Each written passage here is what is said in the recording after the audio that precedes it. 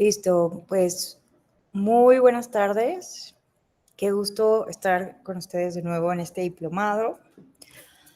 Pues vamos a concluir con este módulo que es relativo a los principales elementos de la comunicación política en México. El día de ayer estuvo mi colega, el doctor Moyers, Vázquez Moyers. Y hoy pues vamos a complementar aquí lo que se planteó, ¿no?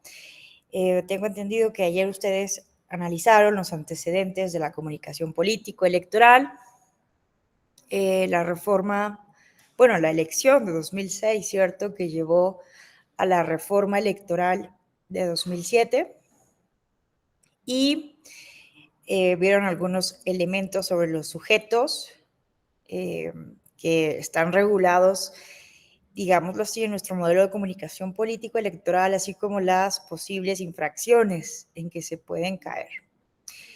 Entonces, bueno, lo que aquí pretendemos el día de hoy es, pues ahora, abordarlo desde un punto de vista problematizado.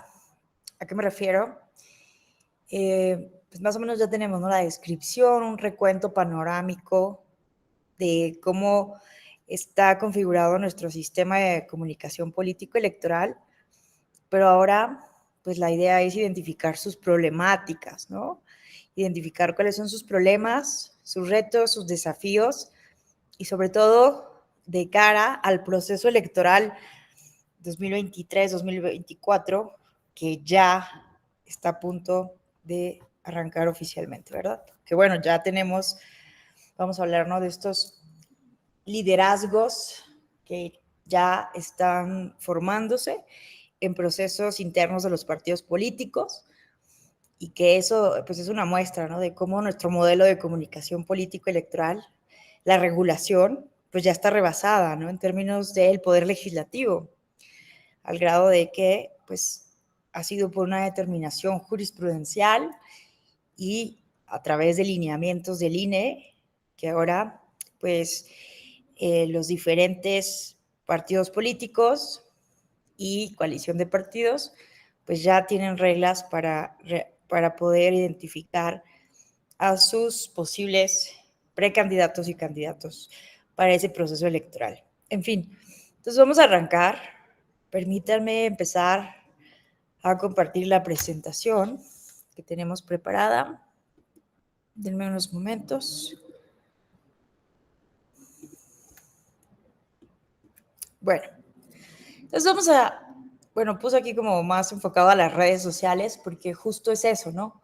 Como que nuestro modelo de comunicación político-electoral está basado en la regulación, sobre todo en un modelo de radio y televisión. Entonces, ¿qué retos tenemos frente a este cambio de comunicación político-electoral? Entonces, bueno, vamos a hacer como una recapitulación panorámica, ¿no? Pasamos de un modelo de comunicación político-electoral donde, pues básicamente, ¿no?, en un inicio, durante todo el siglo XX prácticamente, un solo partido político tenía concentrado centralmente, ¿no?, los recursos públicos, el financiamiento público.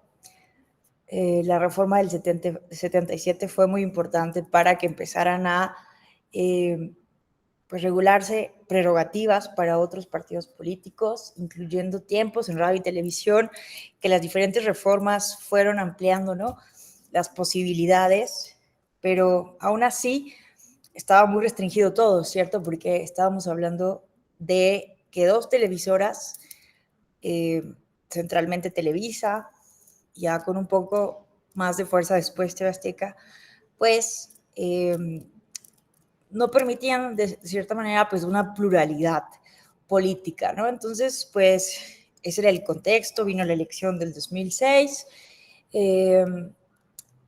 nos dimos cuenta de que, bueno, ya era lo que se sabía, ¿cierto? Pero en esa elección fue algo muy problemático y en 2006, pues entonces ratificamos que no había condiciones de equidad en radio y televisión, ¿no? Las televisoras vendían a precios diferentes los espacios dependiendo de qué fuerza política eras. Entonces, bueno, además, ¿no? La participación, los intentos de participación del presidente de la República, el Consejo Coordinador Empresarial, no teníamos el procedimiento especial sancionador que surge justamente en el contexto de este proceso electoral, tampoco contábamos con medidas cautelares para bajar inmediatamente esa información, los spots que violaran la equidad en la competencia a partir de la normativa establecida. Entonces, bueno, a partir justamente, ¿no?, de 2007 cambiamos completamente y se volvió un modelo en donde el INE se volvió el único administrador de los tiempos del Estado en radio y televisión, ¿no? Entonces, fue algo bastante controvertido, ¿cierto? No sé si recordarán, pero las televisoras, los medios de comunicación estaban muy molestos porque ya no iban a poder vender ese tiempo. Entonces, pues hubieron muchísimas críticas a esta reforma, a este nuevo planteamiento de buscar equidad en la competencia. Y eso también implicó una inversión pública muy importante, ¿no? ¿Por qué?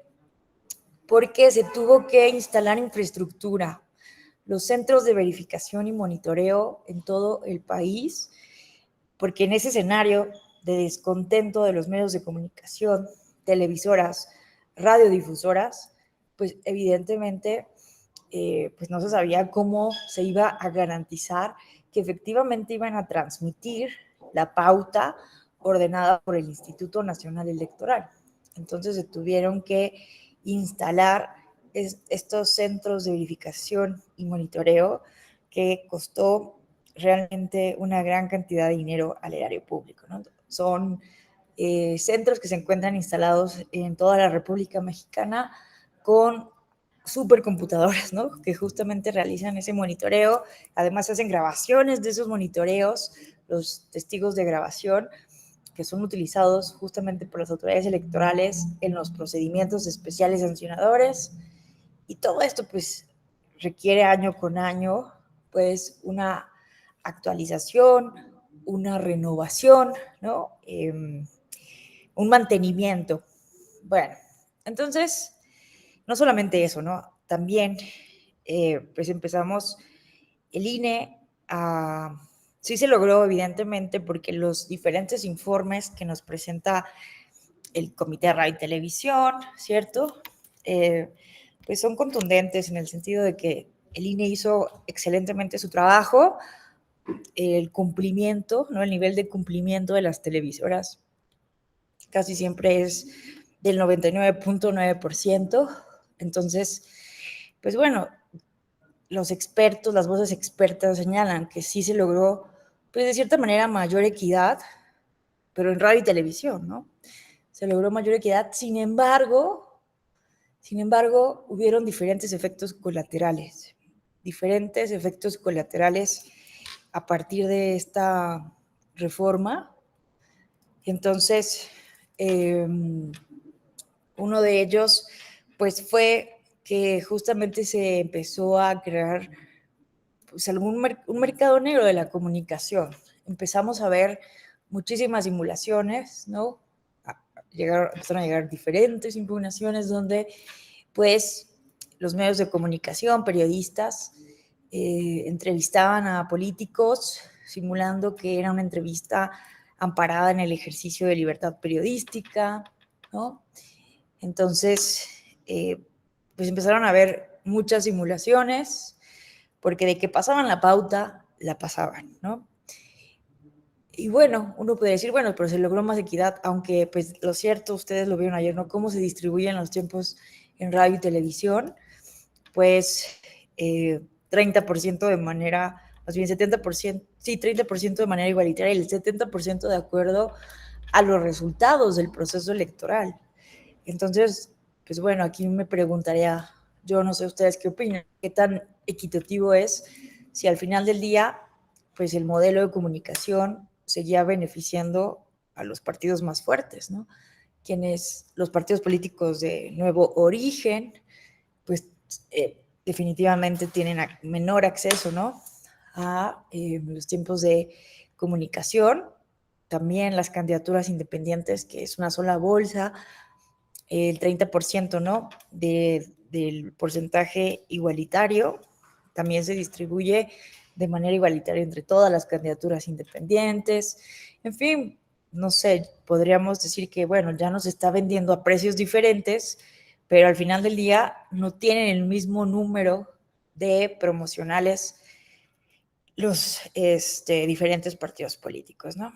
Entonces, bueno, también desde hace muchísimos años, no solo fue a partir del 2006, sino esto ya venía desde antes, desde el 93, si no me equivoco, ya se empezaban a hacer monitoreos de los principales noticieros de todo el país para justamente observar, ¿no? Que se diera espacio más plural a todas las fuerzas políticas y no solo a uno. Pero esto se retomó con la reforma de 2007. Entonces, bueno, empezamos a ver efectos colaterales, ¿no? Se empezó a volver un modelo de comunicación de cierta manera restrictivo y punitivista, ¿no? Porque pues el INE administraba todo y además pues ya se habían regulado las campañas negativas, estaba prohibido ya la calumnia, la difamación. Entonces, algo importante sí fue, ¿no? Lo del artículo 134 constitucional, que pues sustenta el principio de neutralidad y imparcialidad en los procesos electorales por parte de las personas servidoras públicas, pero pues evidentemente ahí uno de los principales problemas es que pues el párrafo séptimo y octavo de este artículo 134 pues están muy ambiguos, ¿no? De cierta manera, porque la interpretación que han, cómo la hemos aplicado, cómo hemos aplicado ese 134 constitucional ha variado muchísimo desde la primera elección que tuvo que ponerse a prueba con ese modelo de 2009 hasta la fecha. Han variado las interpretaciones, ¿no? De una interpretación bastante restrictiva, en donde básicamente las personas servidoras públicas pues no tenían derecho a nada, ¿no? A no asistir a ningún evento público, ni siquiera en días inhábiles, a pasar a un modelo que tenemos ahora, ¿no? En donde sí, bueno, pasamos por un intermedio, en donde fue como el momento de mayor flexibilidad, donde las personas servidoras públicas, cualquiera, podía asistir a eventos públicos, pero fuera del horario laboral, ¿no? Que ahí fue como muy controversial de cómo es posible si una persona servidora pública, por ejemplo, una presidencia municipal, pues no puede quitarse esa investidura y entonces tiene que, tampoco trabajan estrictamente, ¿no? De 9 de la mañana a 6, entonces, pues es como muy absurdo, ¿no? En fin, entonces hoy en día, pues la regla es diferente además, ¿no? Para personas legisladoras pueden ir en días hábiles siempre que no descuiden sus labores legislativas, pero otro tipo de servidores públicos, pero ojo, ¿no? Porque no son todos los servidores públicos, sino también hay que hacer la diferenciación, ¿no? Sobre todo estamos hablando de las presidencias municipales, los poderes ejecutivos, eh, por ejemplo, no pueden asistir a eventos políticos, a eventos proselitistas, en días hábiles, aunque pidan licencia sin goce de sueldo, solo pueden ir en días inhábiles, pero una restricción, bueno, que en lo particular me parece un poco absurda, es que no pueden hacer en esos eventos, aunque sea un domingo, uso de la voz, no pueden participar activamente. En fin, entonces, eso pasó, ¿no? Se volvió una comunicación muy restrictiva, en donde actualmente pues es muy complejo determinar con precisión qué sí y qué no se puede hacer en el contexto de un proceso electoral. Y que además, pues la realidad ya nos rebasó porque ya estamos hablando de que formalmente no estamos ya en el proceso electoral y ya tenemos reglas que son ambiguas, ¿no? Y que hoy en día hay mucha confusión en la opinión pública sobre lo que se puede decir, lo que no. Entonces, pues bueno, se volvió muy restrictivo, muy ambiguo y además punitivista, ¿no? De cualquier cosa que vaya fuera de la norma, pues son multas. E incluso, ¿no? Se implementó como una causal de nulidad que justamente se compre tiempos en radio y televisión de manera ilegal, ¿no? Entonces, bueno, además, me parece, no sé ustedes qué opinen, que es una regulación anacrónica, además de que está rebasada, porque, insisto, está basada en radio y televisión, no están regulados todavía a nivel ley, a nivel norma, a nivel constitución, tampoco las redes sociales, ¿no? La regulación que tenemos hoy en día ha sido por interpretación jurisprudencial y por lineamientos del Instituto Nacional Electoral. Entonces, pues esto también genera muchas problemáticas, porque me parece que no todo se puede hacer como lo ha hecho muchas veces el INE, lo ha intentado hacer, simplemente trasladar las reglas de radio y televisión al mundo digital, de las redes sociales y otras plataformas de comunicación, eh, ¿no? De otras formas. Entonces, vamos a hablar de esos casos ahorita, ¿no? Como el famoso caso de Mariana Rodríguez. Entonces, ¿qué vamos a hacer con esto, no? Aquí, desafortunadamente, como en el caso del 134, que ya no agoté esa idea, pero en el caso del 134 y con este tema de redes sociales, el legislador no ha hecho su chamba honestamente. Bueno, es la opinión de una servidora, es una opinión muy personal, pero nunca se hizo la ley reglamentaria del 134 constitucional. Entonces, ha sido también, como les decía, interpretación. Y lo mismo con las redes sociales, no han regulado, no han legislado sobre cómo la relación entre las redes sociales y las elecciones, que ahorita vamos a ver cuáles son las problemáticas de las redes sociales, que bueno, simplemente basta aquí recordar, poner sobre la mesa, ¿no? Casos que están enfrente de nosotros, que también hemos vivido, ¿no? Pero en el mundo, pues fue el caso de Brasil, donde en 2018 básicamente ganó gracias a la desinformación, de acuerdo a muchas voces expertas. También Brasil 2022, fue una cuestión muy compleja para la justicia electoral brasileña por la alta polarización, la desinformación, tampoco había una legislación y hoy en día se cuestiona al Tribunal Superior Electoral porque fue muy firme, incluso llegó hasta pedir que no se usara Telegram en el país. Se prohibió el uso de Telegram en el país porque se estaban difundiendo una gran cantidad de desinformación en canales de Telegram. Entonces, eso obviamente no estaba regulado y ustedes saben bien que los estándares internacionales establecen con toda claridad que no se puede restringir la libertad de expresión a menos que esté regulado previamente en una ley. Pero si el legislador no hace su trabajo, vamos a dejar en jaque la equidad en la competencia, una cosa que puede ser muy cuestionada, ¿no?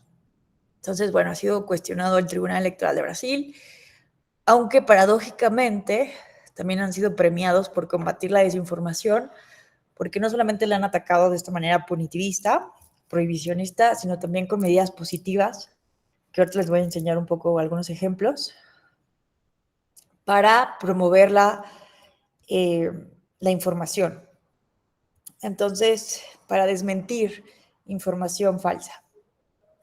Pero entonces, en México, pues esto vemos, ¿no? Que nuestra regulación sigue hablando de radio y televisión, la Constitución sigue hablando de la facultad del INE, medidas cautelares en radio y televisión, y ha sido interpretación jurisprudencial, ¿no? Que se pueda ordenar también medidas cautelares en redes sociales. Y esto pues nos lleva a muchas problemáticas, porque ¿qué pasó hace poco? Recordarán la polémica de las expresiones hechas por el dueño de TV Azteca en contra de una senadora de la República, en donde se le está acusando de cometer violencia política de género, y hoy en día no es clara en ese sentido para muchas personas la competencia del INE y del tribunal para poder ordenar tanto a este ciudadano como a Twitter, que se eliminen, que se bajen estos contenidos. Entonces, pues no es un panorama fácil en el que nos encontramos y ya viene duro el proceso electoral y todavía no inicia formalmente. Entonces, bueno, eso es un poco lo que quisiera que analizáramos, estas problemáticas en el contexto de las redes sociales.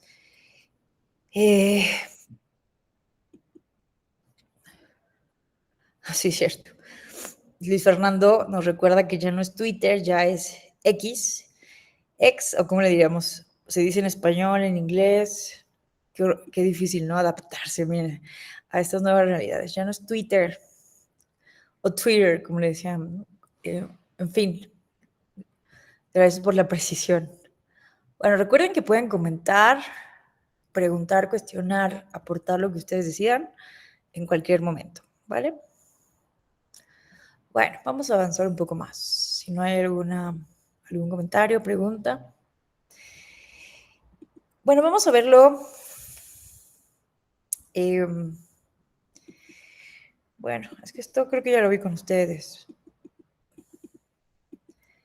Vamos a ver, más bien, yo quisiera preguntar sobre la vigencia del modelo, de nuestro modelo de comunicación político-electoral. ¿Sigue teniendo sentido, por ejemplo, que el INE monitoree todas las radiodifusoras, las televisoras, cuando Internet, las redes sociales es el principal medio de comunicación de las campañas político-electorales hoy en día? Entonces, pues sí quiero como cuestionar, ¿no? Si se encuentra vigente nuestro modelo de comunicación, y vamos a ver algunos datos.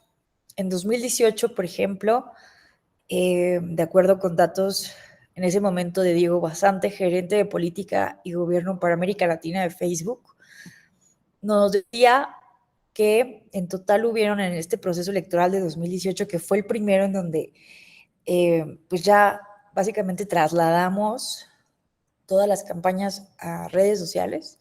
Ya desde 2014, 2015, que fue una elección intermedia, empezábamos, pero ya en la elección de 2018, que como ustedes saben muy bien es una elección pues que es presidencial, entonces pues toma mayor importancia, ¿no? En la cultura política mexicana presidencialista. Entonces, bueno, los datos es que hubieron 1.300 millones de interacciones sobre las elecciones, y que un total de 64 millones de usuarios interactuaron en ese momento. No hubo, por ejemplo, mayor conversación en Twitter que la del proceso electoral, con 37 millones de tweets.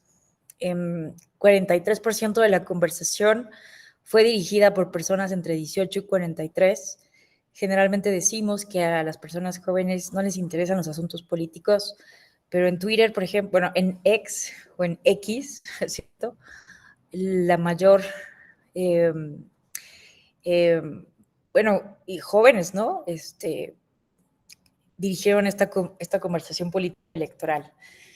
También en ese contexto de la elección de 2018 hubieron debates, más de 2 millones de tweets en cada debate, 7 de cada 10 usuarios de Twitter le eligieron como fuente predilecta para seguir el debate, porque se puede seguir en tiempo real, leer los comentarios, las percepciones de la ciudadanía. Y bueno, entonces 2018 fue una elección muy interesante porque cambió esa dinámica. No nos sentábamos solamente en nuestros sillones a ver los spots, que de por sí ya podemos cuestionar muchísimo los spots. Les recomiendo mucho buscar una tertulia académica que tuvimos con el doctor Marco Arellano, que es un politólogo investigador de la Ibero y de la UNAM, y tiene unos libros bien interesantes. Pero en esa tertulia, pues, nos hizo ver que incluso, ¿no?, la reforma de 2007 se hizo con base en muchas creencias no probadas. Una de las creencias no probadas fue que en esa elección de 2006 se perjudicó a Andrés Manuel López Obrador con las campañas negativas, pero lo cierto es que eso no se puede probar, no está probado, No está probado en la literatura sobre campañas negativas en todo el mundo por la ciencia política, la sociología política, que las campañas negativas realmente perjudiquen. Lo que se puede saber es que incluso pudo haber ayudado a Andrés Manuel, porque las personas se molestaban, ¿no? ¿Por qué se está utilizando de esta manera la comunicación en su contra? E incluso ganó adeptos por eso, porque se percibió como una comunicación injusta. Entonces, eso por un lado. Y por otro lado, lo que sí se sabe es que justo las campañas negativas tienen un efecto negativo, pero para el sistema político en su conjunto, porque la ciudadanía, cuando vemos esas campañas negativas, nos enojamos más con la política. De por sí, la política tiene una mala fama, no nos gusta la política y luego vemos que se están peleando con campañas negativas, pues aumenta el desprestigio hacia la clase política. Entonces, eso es lo que más se puede saber por consenso, de acuerdo a los especialistas. Y hicimos toda una reforma constitucional, invertimos millones de pesos para vigilar a los medios de comunicación, cuando realmente no sabíamos los efectos reales de esos procesos electorales, de esa comunicación, en el voto, las preferencias de la ciudadanía, tal como lo dijo el dictamen de la calificación de la Sala Superior en 2006, que es imposible saber la relación de causa y efecto entre un tipo de comunicación específica y el foro interno de la persona, ¿no? Porque también partimos de la idea de que los ciudadanos son menores de edad y que pues no tienen capacidad de raciocinio propio, ¿no? Y que si les pones un spot hablando mal de un político, inmediatamente vamos a creer en eso. Entonces, pues hay muchas creencias no probadas en muchas de nuestras reformas electorales, porque generalmente se hacen al vapor, ¿no? Al vapor y sin tener un diagnóstico claro, con datos empíricos que sustenten las razones de nuestras normas. Pero bueno, así estamos. Entonces, vean estos datos también, ¿no? En 2018 es muy relevante el hecho de que, pues miren, por ejemplo, ay, no sé por qué esto está encimado, pero miren, o sea, ya estos eran datos de 2018, ¿no? Pero en promedio ya pasamos mucho más tiempo, 8 horas 57 minutos en Internet. Bueno, no son datos de 2018, porque aquí está hablando de 2019. Pero miren, lo que quiero aquí argumentar, ¿no? Es que ahorita tenemos una restricción muy fuerte en radio y televisión. Ay, no vayan a romperle aquí en la competencia, cuando, pues en realidad, cada vez es menos importante el tiempo que pasamos en promedio la ciudadanía mexicana. Obviamente hay que pensar, que esto me lo han dicho muchos expertos en comunicación, que la comunicación política hoy en día está segmentada, ¿no? Por ejemplo, en TikTok, pues hay un tipo de población. En los medios rurales, con brecha digital, la televisión sigue siendo, la radio y la televisión sigue siendo un instrumento de campaña importantísimo, ¿no? Entonces hay que hacer también esa diferenciación. En Facebook, que es la principal plataforma en México, yo creo que poco a poco va a ir disminuyendo eso. Bueno, ya no, ya lo desfalcó WhatsApp como red social, porque Facebook había sido como la red más usada por los mexicanos y mexicanas, pero hay que comprender esto, ¿no? Que esto es un promedio y que además hay que entender que hay una segmentación ahí poblacional. Entonces, con mayor razón, necesitan las personas legisladoras, que ya no va a pasar ahora porque ya no se puede reformar las normas electorales 90 días antes de la elección, entonces eso ya no va a pasar, pero en un futuro sería muy deseable que se sentaran las personas legisladoras a revisar qué está pasando cuantitativa y cualitativamente en nuestro país en términos de el consumo de información político-electoral, porque pasamos ya, insisto, mayor tiempo en Internet, 8 horas con 57 minutos, frente a 2 horas, 18 minutos en televisión sin internet, 1 hora, 16 minutos en radio sin internet, ¿no? Entonces, pues bueno, no podemos creer que simplemente porque una persona ve un spot con campaña negativa en la televisión, ya va a ser una persona que va a votar en contra de la persona objeto de esa campaña negativa, ¿no? Cuando pues las personas estamos siendo bombardeadas por una gran cantidad de información todo el tiempo, ¿no? Y ya más bien tendríamos que estar pensando en la neutralidad de la red. Tendríamos que estar pensando en términos de los algoritmos. ¿Qué tanto los algoritmos, las burbujas informativas en las que vivimos en las redes sociales condicionan o no nuestras preferencias políticas? Y cómo hay gran cantidad de estrategias manipuladoras en todas las redes sociales para incentivar el voto, ¿no? Por ejemplo, nos hablaba Catalina Botero de cómo pues ya hay una estratificación muy importante en Facebook. Los expertos en marketing digital pueden saber, ¿no? Justamente, por ejemplo, que a los votantes de Hillary Clinton les asustaba, porque ya saben todo, nuestras emociones, qué nos gusta, qué nos disgusta, por toda la información que está ahí en redes sociales que nosotros hemos aportado también. Entonces ya saben qué les asusta, qué no. Y entonces a los votantes de Hillary se les mandaban como cierto tipo de imágenes para que les diera miedo salir a votar.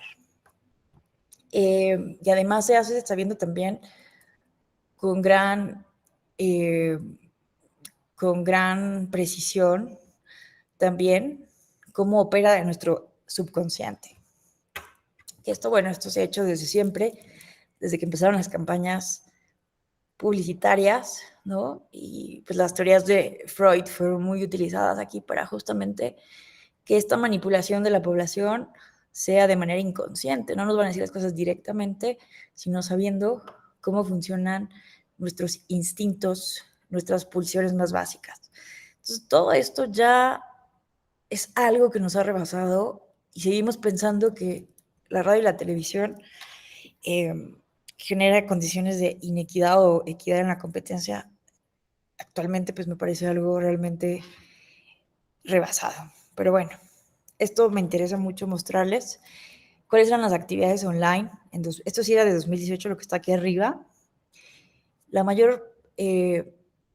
Las personas buscábamos la mayor cantidad de información sobre el proceso electoral, vean, en redes sociales, con un 97%. Después, en sitios de noticias, o sea, nos enterábamos de la información, primero a partir de Twitter, de Facebook, ahí le dábamos clic y después entrábamos a los sitios de noticias. Pero las redes sociales era el principal lugar de donde obteníamos información de las campañas electorales. En 2022, pues también sigue esta tendencia. Aquí vemos, ¿no?, que al 2021 se contaba con 88.6 millones de internautas en México, lo cual representa ya un 75.6% de la población. Sí hay que tener en cuenta, insisto, la brecha digital, que aquí también ya lo hemos comentado. Entonces, la penetración del Internet en México, pues cada día aumenta. Bueno, aquí esto pues simplemente es para reiterar, ¿no? ¿Para qué utilizamos el Internet, las redes sociales? Para enviar mensajes, para acceder a redes sociales, en fin. Aquí está, vean cómo ya desfalcó WhatsApp a Facebook, 43.6% de personas, pero es que esta gráfica dice un 43.6%, pero no sé exactamente qué significa, no me acuerdo. Así, ¿cuál es su red social favorita? ¿No? WhatsApp. Después Facebook, Instagram, YouTube, TikTok que ya desplazó completamente a Twitter. Bueno, y ahora se llama X, porque es muy tóxico Twitter, ¿no? Bueno, en fin, TikTok pues empezó a tener un crecimiento fuertísimo. Entonces me parece que son ejemplos de algunos datos. Estos son datos de la Asociación de Internet MX, pero hay muchísimos datos que se pueden utilizar justamente por las personas legisladoras para plantear. Ahorita les voy a dar las propuestas que nos plantea, por ejemplo, Andrew Pudefat, que es un especialista en regulación del Internet en temas delicados como el ciberacoso, la pornografía infantil y los procesos electorales. ¿Qué tendríamos que hacer con casos como el Brexit de Inglaterra, lo que decíamos de Brasil, plebiscito de paz de Colombia, ante estas olas populistas como la de Donald Trump, Milei en Argentina? ¿Qué tenemos que hacer? ¿No? ¿Y qué tendríamos que estar cuidando también en México para este proceso electoral? Bueno, entonces, vamos a ver ahora, ¿no? Casos que nos han puesto a prueba en nuestros procesos electorales ya en México. Insisto, no hay regulación como tal. Si ustedes buscan redes sociales en la Constitución, pues no les va a aparecer, tampoco en la Ley General de Instituciones y Procedimientos Electorales. Básicamente, como les decía, ¿no? ¿Qué criterios ha tenido el tribunal al respecto? Se han ido creando varios criterios relevantes, jurisprudencias, a partir de los casos que han llegado. Básicamente, esta ha sido una gran aportación, irónicamente, ¿no?, del Partido Verde Ecologista de México, que ha violado reiteradamente las normas electorales. Entonces, a partir de ahí se fueron creando diferentes criterios. Y en términos globales podemos decir que la tendencia del tribunal ha sido de maximizar la libertad de expresión en las redes sociales, de maximizar el debate público. Si no está tal cual prohibido, no podemos simplemente trasladar las reglas de radio y televisión a las redes sociales porque funcionan con una lógica muy diferente, ¿no? La radio y televisión es una comunicación unidireccional, las redes sociales son multidireccionales. Entonces, en términos generales se ha hablado de la libertad de expresión, pero sí con personas famosas, sobre todo con personas influencers, pues se tiene que tener como un deber de cuidado, de revisar si estas personas están, por ejemplo, ¿no?, violando alguna norma electoral, porque el hecho de que las redes sociales no estén reguladas en nuestra normativa electoral no significa que las personas, actoras políticas, puedan hacer lo que quieran, que puedan decir lo que quieran.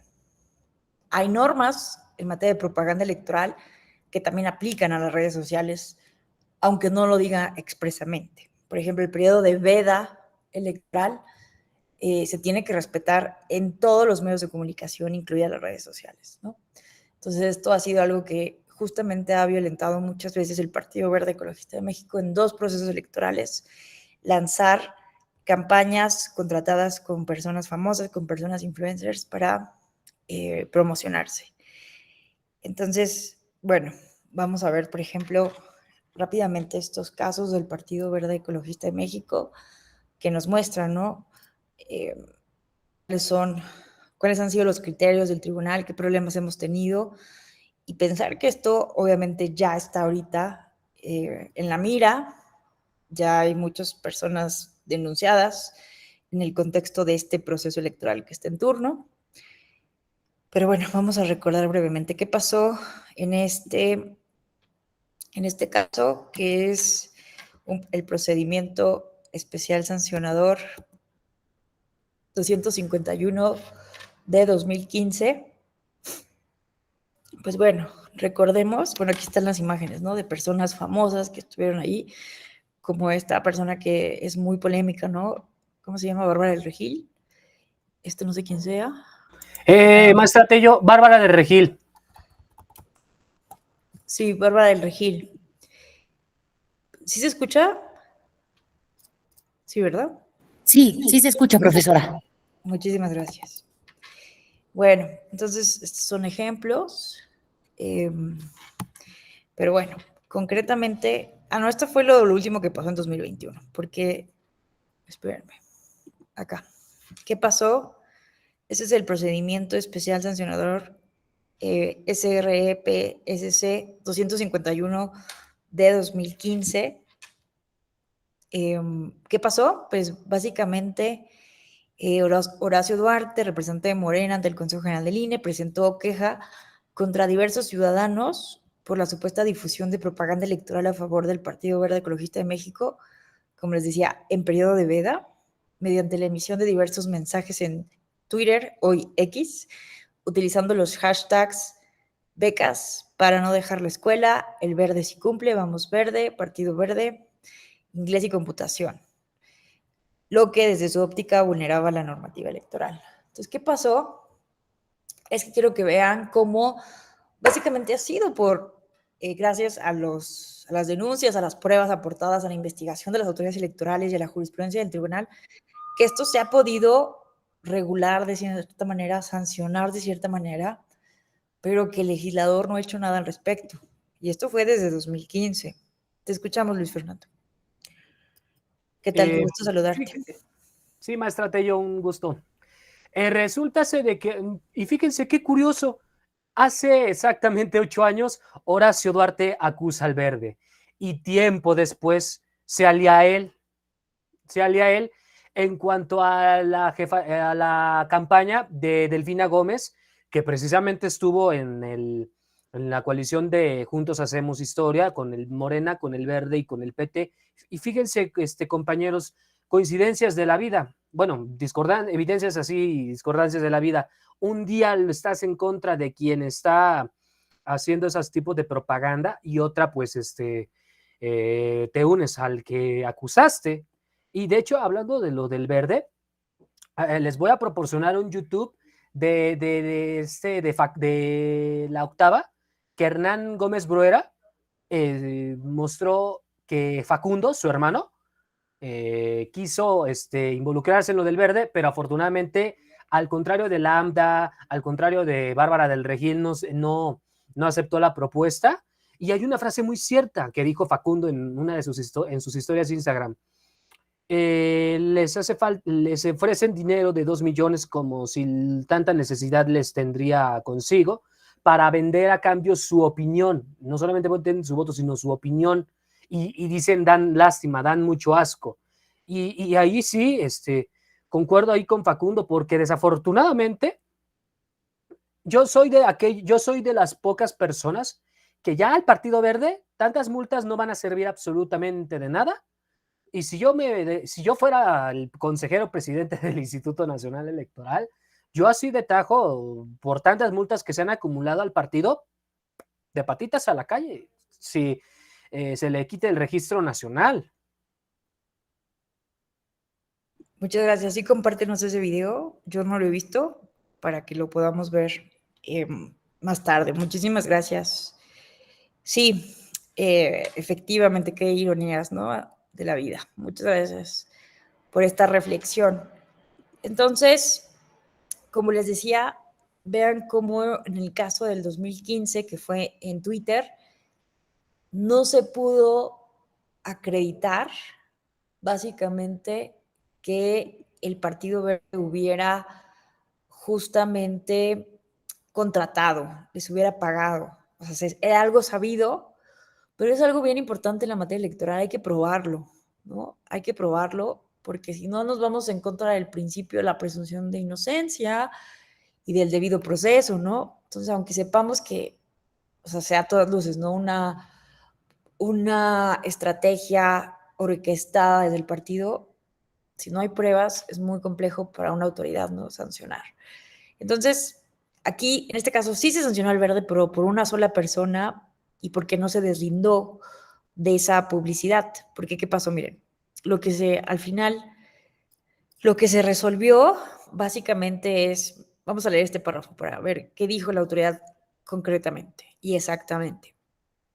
A partir de lo anterior, se precisa que de los medios probatorios aportados por las partes, así como de los recabados por la autoridad instructora, en modo alguno evidenciaron un posible contrato, convenio, pacto verbal o vínculo alguno entre el Verde, algunos de sus dirigentes o excandidatos del actual proceso electoral federal y los ciudadanos denunciados, específicamente para emitir los mensajes controvertidos en sus cuentas oficiales de la red social Twitter en periodo de veda electoral máxime, que los ciudadanos, al contestar diversos requerimientos de la autoridad instructora o al comparecer a la audiencia de pruebas y alegatos, manifestaron que no recibieron contraprestación alguna para emitir los tweets, sino que actuaron en estricto apego a su libertad de expresión para difundir contenidos en dicha red social. Pero entonces, ¿a quién sí se sancionó? Se sancionó Raúl Osorio porque él era candidato suplente. Entonces, los demás eran ciudadanos, ¿no? Ciudadanos y ciudadanas, personas famosas. Vean que todavía en 2015 no hablábamos de influencers, como que esa es una palabra que entra en nuestro vocabulario digital más adelante. Aquí todavía hablábamos de personas famosas.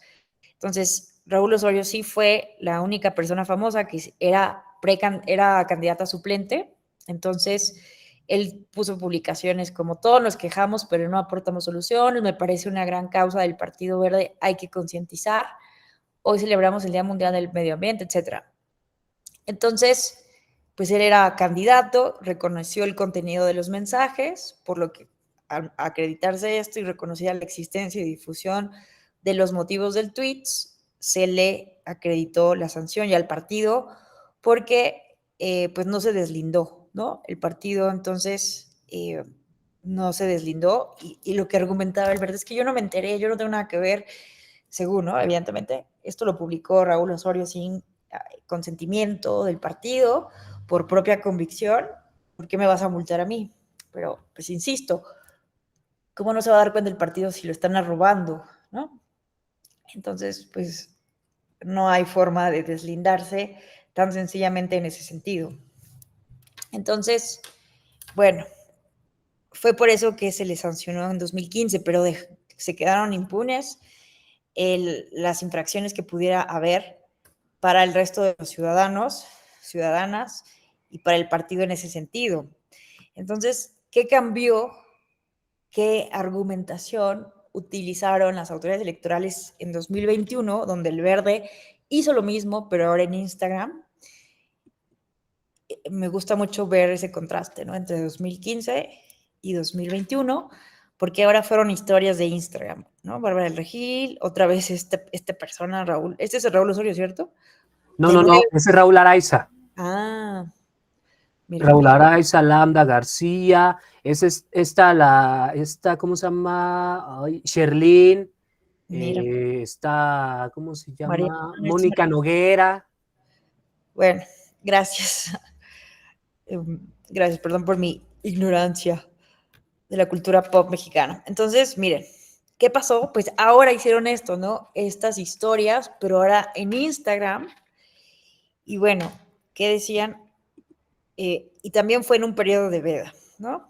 Entonces aquí hay ejemplo de historias, aquí hay un ejemplo concreto, ¿no? Del texto. Gabriel Soto, por ejemplo, vean, el análisis que hizo aquí la sala especializada fue muy específico, ¿no? Aquí tenemos que tiene 4.179.392 usuarios. La publicación se hizo un día antes del proceso electoral. No fue el mismo día de la elección, 6 de junio de 2021. Pues llegó el día para salir a votar y antes de hacerlo es importante conocer las propuestas de los candidatos y de sus partidos. Otra propuesta del Partido Verde es tener refugios que garanticen la tranquilidad de mujeres y de niños que han sido víctimas de violencia. Es nuestro derecho, nuestra obligación como mexicanos, así que todos hoy a votar. Y luego tenemos otro ejemplo de Claudia Bárbara de Regil Alfaro, su nombre completo. Ella tiene 8 millones, en ese momento tenía 8.400.000 seguidores. Ella lo hizo unos días antes, el 31 de mayo, y también se echa todo un rollo, ¿no? Entonces, vean que puso, uy, esta es una respuesta que me cuesta mucho porque la gente siempre suele atacar cuando compartes tu opinión sobre religión, política, fútbol. Yo me informé como siempre que hay elecciones y a mí me gustaron mucho las propuestas que trae el Partido Verde. Por ejemplo, ahí les va una que me gustó. Proponen seguridad en transporte público y pienso que me urge cambiar. En fin, entonces, ¿qué pasó? ¿Por qué aquí sí se sancionó al partido político? Vean, y aquí hubo una sanción muy importante por 40 millones de pesos, así como con la interrupción de la difusión de su propaganda electoral dentro del tiempo asignado por el INE en la pauta ordinaria por el periodo de un año. Que bueno, los millones de pesos me parecen bien, una sanción importante, pero a ver, ¿en qué le va a afectar? ¿Con cómo le ha afectado al Verde que por un año le hayan quitado sus prerrogativas de la pauta ordinaria en radio y televisión, cuando están en redes sociales, y justamente su estrategia para violar la normativa electoral fue en redes sociales. Pero bueno, en fin. Entonces, miren, aquí algo que fue muy importante fue justamente llamar a comparecer, ¿no? Justamente a estas personas. No se logró localizar a las 104 cuentas, solamente se logró notificar a 43 y solamente 39 de estas personas influencers atendieron el requerimiento. Entonces, vean el análisis, que es mucho más profundo, mucho más, está mejorado, ¿no? Por parte de la autoridad electoral en comparación con 2015. Entonces, aquí lo que justamente se detectó, que había un guión, ¿no? Que sus respuestas eran muy similares. Cuando se les llamó a comparecer, todos estaban dando respuestas similares, como si tuvieran un guión, como si se les hubiera dado un guión. Todos decían que estaban ejerciendo su libertad de expresión, que era una mera coincidencia, que sus intereses e ideologías estuvieran alineados. Todos negaron tener un vínculo o militancia, todos dijeron que ninguno había recibido pago por la publicación, en fin. Pero de las diligencias que realizó justamente la unidad técnica del INE, justamente la responsable refirió tener conocimiento, sí, de la existencia de un guión entregado a los ciudadanos, o sea, que había un documento que se les repartió para dar este tipo de respuestas. Entonces, se fueron concatenando diferentes indicios que iban en contra de todas estas argumentaciones en defensa de estas personas. ¿Qué más? Bueno, además, pues hay un beneficio claro para el partido político de todos estos mensajes. También consideró la autoridad que era un hecho extraordinario, muy atípico. O sea, es muy atípico que un grupo específico y numeroso de ciudadanos pertenecientes a un grupo particular que se dedican a este mundo de la farándula, ¿no?, exprese una posición político-electoral prácticamente idéntica, incluso con referencias en común a favor de una sola fuerza política en un periodo de tiempo tan corto. O sea, en términos estadísticos, probabilísticos, matemáticos, es algo muy atípico que esto sucediera así, ¿no?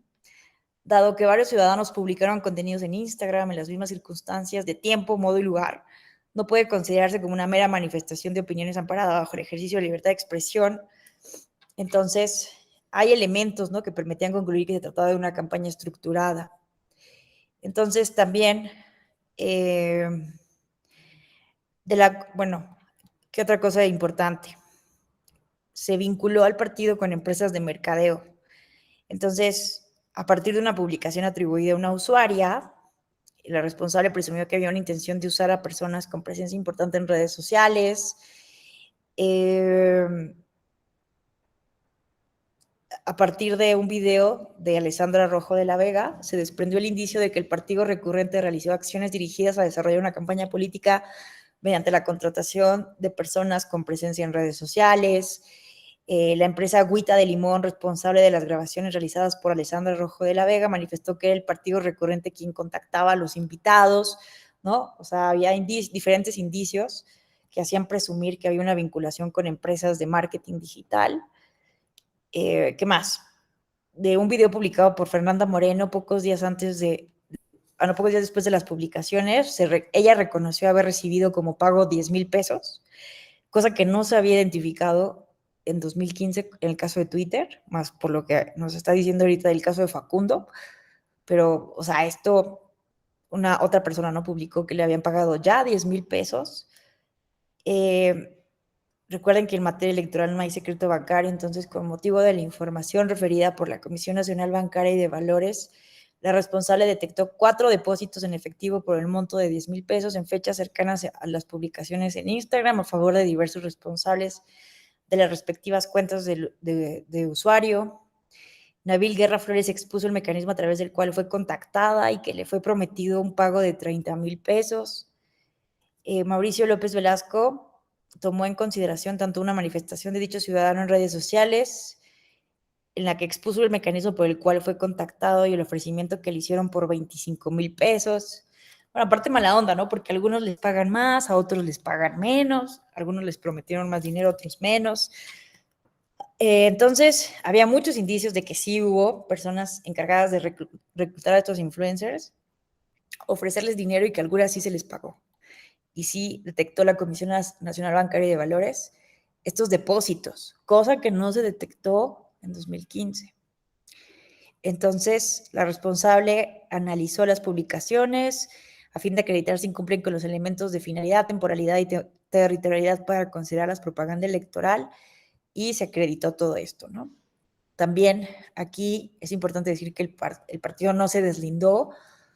Yo no tengo nada que ver, no me enteré. Insisto, si te están arrobando, te enteras, ¿no? De cualquier cosa, sea que tú no lo hayas mandado a hacer. Entonces es una obligación de todos los partidos políticos deslindarse y hay reglas para que ese deslinde sea efectivo. Entonces, bueno, de la valoración de las pruebas en su conjunto, pues evidentemente la autoridad llegó a la conclusión de que sí era una estrategia orquestada por el Partido Verde, que estaba violando la normativa electoral, y entonces pues se sancionó al partido político con 40 millones de pesos. Pero vean algo que fue también algo curioso. Por esto se anuló una elección en Zitácuaro, pero en Michoacán, pero ojo, porque después lo revocó la Sala Superior. Vamos a ver rápido esto, ¿no? Porque vean que se pensó que esto había sido, tampoco podemos afirmar, ¿no? Que toda esta serie de historias realmente fue determinante en aquellos municipios donde ganó el verde. Entonces se argumentó justo eso, ¿no?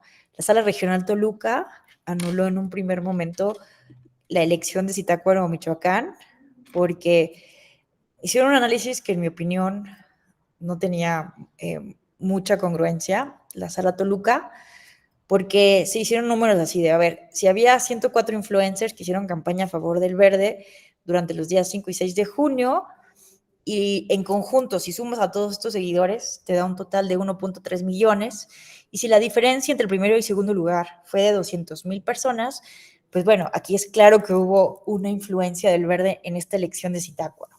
Entonces, a ver, ¿qué dijo Sala Superior? A ver, de entrada, no podemos presumir que también esto es algo que debemos de distinguir, ¿no? Cuando estemos hablando de las redes sociales, que no porque una persona tenga 1 millón de seguidores, significa que ese millón de entrada van a tener engagement en sus publicaciones.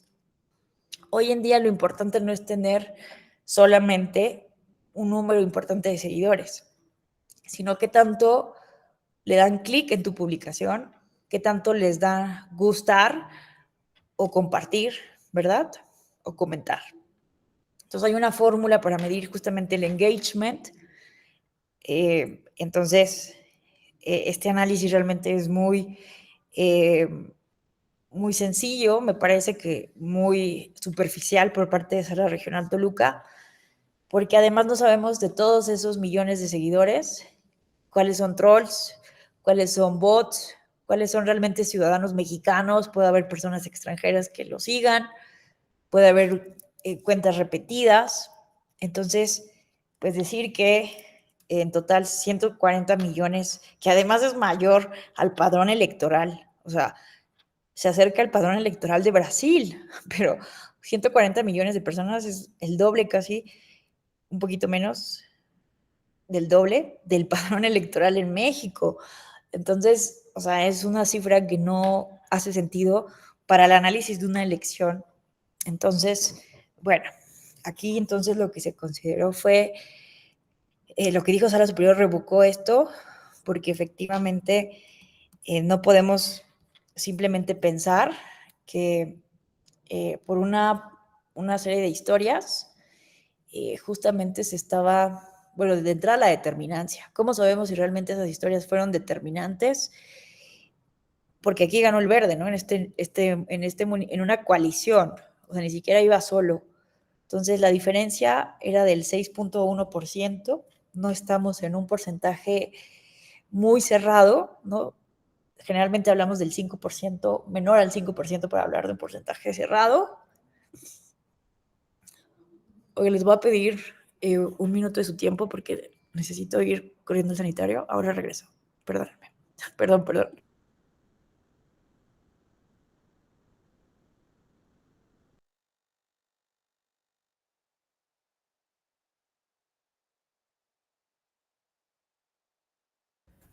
Compañeros, ya les envié en chats anteriores el enlace de YouTube de lo de Facundo.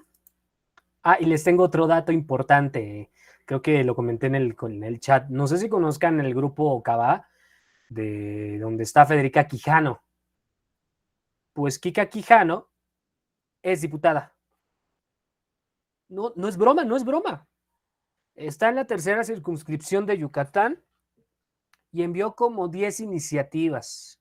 Chequense ustedes el grado de que el verde elija, bueno, está bien de que es votar y ser votado, pero en esta ocasión yo considero de que, como dice el refrán, zapatero a tus zapatos, que políticos se dediquen a la política y artistas que quieren que sigan, en este caso de Cava, pues con la música, o sea,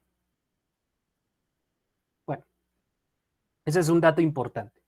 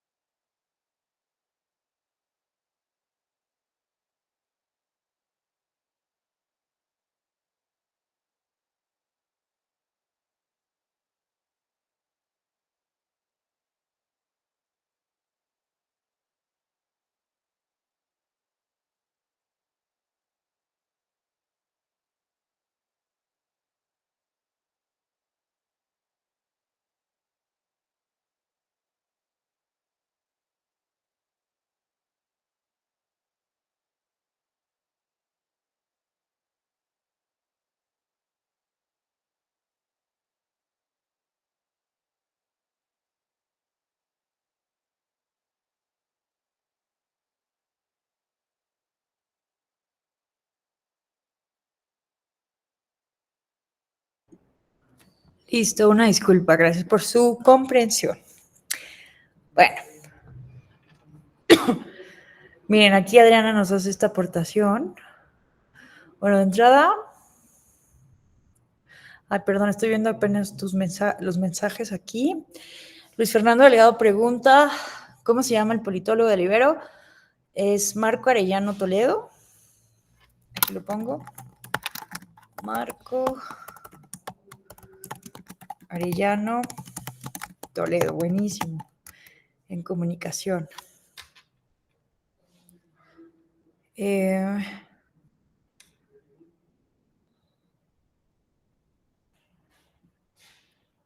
Muchas gracias por compartir aquí información. Ok, aquí nos pone una aportación también Adriana Vega Vargas. El padrón electoral de México está conformado por 98 millones de personas y la lista nominal por un poco más de 96 millones. Muchísimas gracias. Entonces, es absurdo, ¿no? Decir que consideramos que ese 1.150.000 de usuarios corresponde precisamente a estos 96 millones de ciudadanos y ciudadanas que podían votar en el proceso electoral de 2021. En fin, entonces, bueno, también consideró el tribunal que no había sido necesariamente algo atípica la votación hacia el Partido Verde, porque en 2015, o sea, ese partido ya tenía pues cierta penetración en esta localidad desde 2015, ¿no? Con 7,000 votos, en 2018 con 11,300. Entonces realmente no fue una votación muy atípica, el cambio, ¿no? De 11,000 de 2018 a 12,000 votos. Y además, algo que me parece que no tomó en cuenta y que lo dice la sentencia de Sala Superior, la Sala Regional Toluca, es que Zitácuaro tiene una brecha digital importante. Entonces, miren, vean esto, de los 13 municipios correspondientes al distrito electoral, destaca, por ejemplo, el distrito Susupuato, en el que el porcentaje de población con acceso a Internet es de 3.3%. El municipio con mayor acceso es Zitácuaro, con 39.1%. Y el promedio de porcentaje de acceso a Internet de los 13 municipios es de 19.13. O sea, hay una brecha digital muy grande. Entonces, ¿cómo podemos presumir, como lo hizo Sala Regional Toluca, que esas historias en Instagram, en un municipio en donde hay una brecha digital importante, realmente esas historias llevaron a esa población a votar por el Partido Verde, cuando además no se hizo ninguna mención en esas historias específicamente a la elección municipal de Zitácuaro? Entonces, ni siquiera el 20% de la ciudadanía del distrito electoral cuenta con acceso a Internet, que es el presupuesto para poder recibir los mensajes difundidos a través de las redes sociales, por lo que con la propia información que consideró la Sala Regional se desvirtúa la presunción de que los mensajes de los influencers tuvieron un impacto concreto en el territorio del distrito electoral en cuestión. Entonces, esto va a ser bien importante en este proceso electoral. Tenemos que poner las cosas en su justa dimensión, ¿no? No podemos hacer correlaciones de causa y efecto, relaciones de causa y efecto, asumir que por una publicación en sí misma ya se está violando los principios constitucionales. Hay que analizar todo, cada caso, cada tuit, se tiene que analizar de manera específica para ver si hay una violación de entrada a la normativa electoral o si está amparado en el ejercicio de la libertad de expresión, como ahorita vamos a ver la diferencia del caso Mariana Rodríguez. Y además no podemos simplemente hacer la presunción de que por una publicación o serie de publicaciones alcanza para anular una elección, que la nulidad es la última consecuencia en la materia electoral. Y más en una población con una fuerte brecha digital. Te escuchamos, Luis Fernando. ¿No es acaso el distrito número 3 de Michoacán, que no solamente Zitácuaro y el municipio de Susupuato lo conforman, sino también Carácuaro, Carácuaro, San Lucas, Angangueo, Huetamo, Jungampeo, Tuxpan, Tuzantla y esos 13, y que actualmente tiene de diputada la del PT, Mari Carmen Bernal Martínez, que lleva en su segundo periodo de diputada? ¿No es acaso ese distrito? A ver, lo que aquí vemos es que fue en Zitácuaro, Michoacán. O sea, es el municipio de Zitácuaro. Pero no sé exactamente. Hay que volver a ver la sentencia. Bueno, es que aquí solo copié un extracto de la sentencia, pero les ruego, si pueden revisar ese detalle, les doy aquí el número de expediente. Vean. No. Ay, no, es que no tengo aquí el número de expediente del caso. Miren, no lo puse. Pero ahorita lo buscamos aquí en Google. Espérense.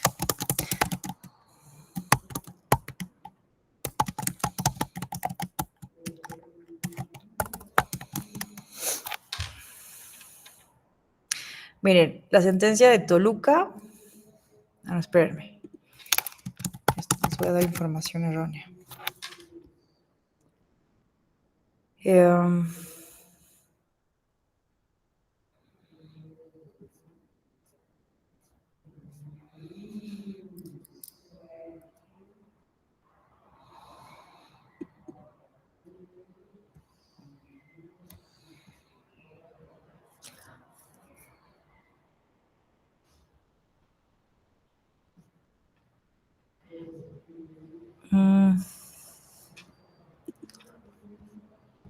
Un momentito.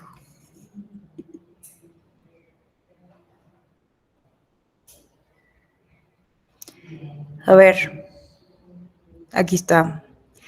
Es el subrec 1159 de 2021. Porfa, Luis, revísala para que veas exactamente. ¿Lo puedes escribir, por favor? Sí, acá está. Para que veas exactamente a qué población se está refiriendo. Subrex 1159 de 2021. Bueno. En lo que nos ayuda a esto, Luis, vamos a continuar. Al final del día, entonces, pues no se pudo probar, ¿no? Que efectivamente hay una relación de causa y efecto. Entonces, bueno, se revocó la sentencia de la Sala Regional Toluca y no se anuló la elección. Pero vean que a pesar de que no se anula esta elección porque no hay argumentos detrás que sustenten, aquí sí se logra pues acreditar la responsabilidad del partido por esta violación a todas luces clara del proceso electoral pasado. Entonces fue algo importante para, bueno, además se le coincidió reincidente, ¿cierto? Reincidente, entonces por eso también aumentó la multa, el monto de la multa. Luis Fernando, te escuchamos. Ya hice la investigación, si es Mari Carmen Bernal Jiménez y si es el Distrito 3 Federal de Michoacán. Te agradezco muchísimo. Gracias. Perfecto. Bueno, vamos ahora a recordar este caso de Mariana Rodríguez, que fue también muy controvertido porque también eran historias en Instagram y bueno, muchas personas argumentan que fue quien llevó básicamente a la gubernatura a Samuel García de Nuevo León. Entonces, bueno, aquí hay un ejemplo, ¿no?, del tipo de publicaciones que hizo Mariana García del 5 de marzo al 2 de junio de 2021. Y bueno, entonces, ¿cuál es la diferencia? ¿Cuál es la diferencia entre las publicaciones del Verde y las publicaciones de Mariana? ¿Por qué unas fueron sancionadas y estas no? ¿Por qué en estas no se sanciona a Movimiento Ciudadano? ¿Y por qué no se le suman al monto de gastos de campaña como había en un momento intentado el Instituto Nacional Electoral? Bueno, son este tipo de publicaciones, ¿no? Bueno, ¿qué resolvió el INE? El INE estableció que era una propaganda ilegal. ¿Cuáles fueron estos elementos? Uno, que Mariana Rodríguez es una persona influencer, que tenía registrado su nombre como una marca. La marca es Mariana Rodríguez y que ante el SAT estaba registrada como una persona con una actividad empresarial, persona física con actividad empresarial. Entonces, hay una prohibición clara en la normativa electoral de que las personas privadas, ¿verdad?, las personas morales puedan hacer aportaciones, las personas morales con actividades empresariales puedan hacer aportaciones a las campañas de los partidos políticos. Y hay una tesis del tribunal en donde se establece que, incluidas las personas físicas con actividad empresarial, pueden hacer esto, entran dentro de la categoría de personas morales prohibidas por la normativa electoral. Entonces, como Mariana era una persona física con actividad empresarial, no puede hacer aportaciones, pero aquí donde a mí me parece que rebasó el INE la interpretación es en lo siguiente. El INE dijo que debían de considerarse las historias como aportaciones en especie. Entonces, porque eso es lo que está prohibido también, hacer aportaciones en especie por personas con una actividad empresarial. Pero en ningún lugar de la Ley General de Instituciones y Procedimientos Electorales, el reglamento de fiscalización, se establece que una historia en Instagram tenga el equivalente a una aportación en especie. Entonces, bueno, lo que hizo el INE fue aparte lo que hizo el INE fue calcular, bueno, poner un promedio de cuánto ganaba Mariana Rodríguez publicitando marcas, porque lo que ella hacía era, por ejemplo, aquí tengo mi bebida de Starbucks, entonces imagínense, ¿no? Mariana salía, hola, compren me encantó este frappuccino de vainilla, vayan a comprarlo, les va a encantar, ¿no? Entonces ella hacía eso y por eso Starbucks le pagaba. Entonces, lo que estaban diciendo, si hace eso con Starbucks, pues también lo está haciendo con su esposo y con el partido que lo está lanzando, que es Movimiento Ciudadano. Entonces, es una aportación en especie de una persona moral y entonces una persona física con actividad empresarial. Entonces, vieron su estado bancario para saber cuánto ganaba de estas publicaciones y no recuerdo si tomaron el gasto más alto o en promedio, pero así se le cuantificó. Entonces se le puso un valor a todas las publicaciones y todo eso se sumó como gastos no reportados a la campaña de Samuel García. Pero a ver, ¿qué resolvió Sala Superior? Que yo hasta aquí hice, perdón la promoción, pero también hice un artículo en Nexos, porque sí me parece, pues me pareció que justamente, déjense los comparto, que me pareció justamente que el INE se excedió, en mi opinión. Y bueno, también lo dijo así Sala Superior. Espérenme. Perdonen la autopromoción, vale. Pero a ver ustedes qué opinan, se los voy a compartir si tienen interés. Ahí le echan un ojito después. Aquí va. Ahí está. Entonces, pues miren, a ver, el INE ¿qué implica? ¿Qué implica decir? Bueno, además lo que argumentó Mariana Rodríguez fue lo siguiente. Ella dijo, a mí nadie me pagó por hacer esto.